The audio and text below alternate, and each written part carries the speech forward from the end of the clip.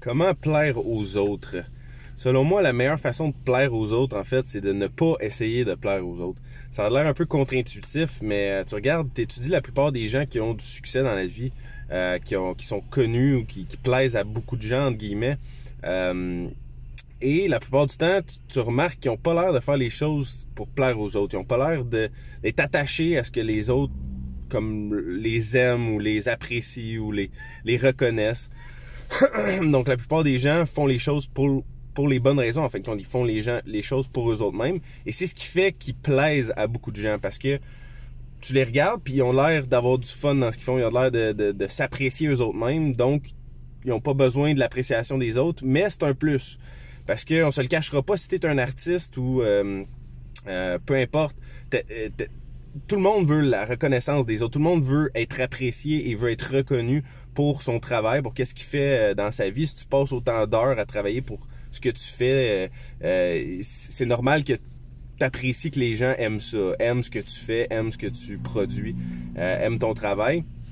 Mais si tu veux vraiment atteindre un niveau de succès où est-ce qu'il y a beaucoup de gens qui apprécient ce que tu fais, faut pas que tu sois attaché à l'idée que les gens apprécient ça.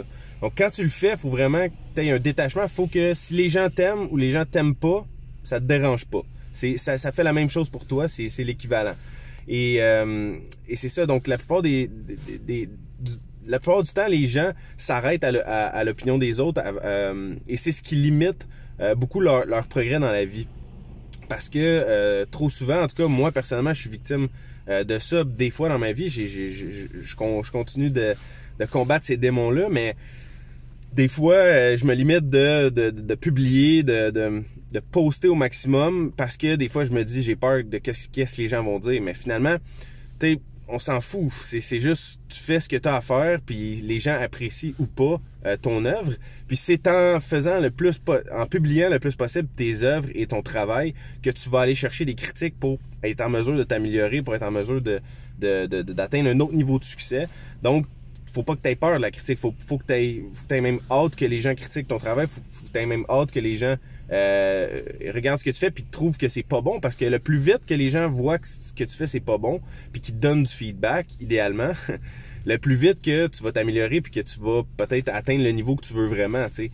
Mais si tu restes paralysé par la peur de l'opinion des autres, par la peur de ce que les gens vont en penser, de la peur du jugement, ben tu vas te limiter, tu vas pas prendre autant action vers tes objectifs, vers ton rêve, et ultimement, ben, tu l'atteindras peut-être jamais parce que tu vas avoir été paralysé par la peur tout le long. Tandis que si tu passes par-dessus ça, puis tu te détaches de la peur de l'opinion des autres, la peur du jugement, tu te détaches complètement, ben, ça te permet de publier au maximum, de faire ce que tu as à faire, puis de prendre beaucoup d'action et d'aller bâtir du momentum, aller chercher du feedback des gens, et c'est ce qui va ultimement faire en sorte que tu t'améliores et que tu atteins tes objectifs. Fait que bref, c'est ça l'idée de mon vidéo aujourd'hui. Si tu veux plaire aux autres, essaye pas de plaire, fais les choses pour toi-même, écoute-toi, suis ton intuition, puis médite là-dessus, parce que moi j'ai eu des gros breakthroughs sur l'opinion des autres en méditant. C'est en faisant la technique Wim Hof. J'ai fait des vidéos sur ma chaîne, vous pouvez aller regarder ça. Ça s'appelle technique Wim Hof, W-I-M-H-O-F. Ce gars-là, si vous le connaissez pas, il s'appelle The Iceman. Il est reconnu mondialement. Il fait énormément de recherches sur le cerveau. Les universités partout dans le monde étudient ce gars-là pour analyser puis comprendre comment il fait pour contrôler son corps. Parce qu'il est capable de contrôler son système nerveux, capable de contrôler son système immunitaire, il est capable de rester dans un bain de glace pendant 1 heure, puis il garde la même température corporelle. Donc il a comme des super pouvoirs. On les a tous, ces super pouvoirs-là. C'est juste que lui, il les a exploités. Et bref, dans sa technique de méditation Wim Hof, c'est de prendre des respirations très très profondes, 30 respirations profondes, ensuite tu retiens ton souffle, puis là tu médites, ça va comme automatiquement arrêter ton cerveau de penser, ça va shut down le hamster un petit peu, ça te permet d'avoir un moment de clarté pour penser et pouvoir justement avoir des fois des réalisations comme ça. Moi, c'est comme ça que j'ai fait beaucoup de réalisations sur l'opinion des autres, puis à quel point, dans le fond, c'est pas important, puis qu'il faut que je fasse les choses que j'ai à faire no matter what, peu importe qu'est-ce que les gens en pensent, il faut que je fasse les choses pour moi parce que ultimement c'est mes objectifs, c'est ma vie, c'est où est-ce que je m'en vais, c'est mes objectifs et je les atteindrai jamais si j'ose pas publier, tu sais, fait que si j'ose pas montrer mon travail ou montrer ce que je fais aux gens.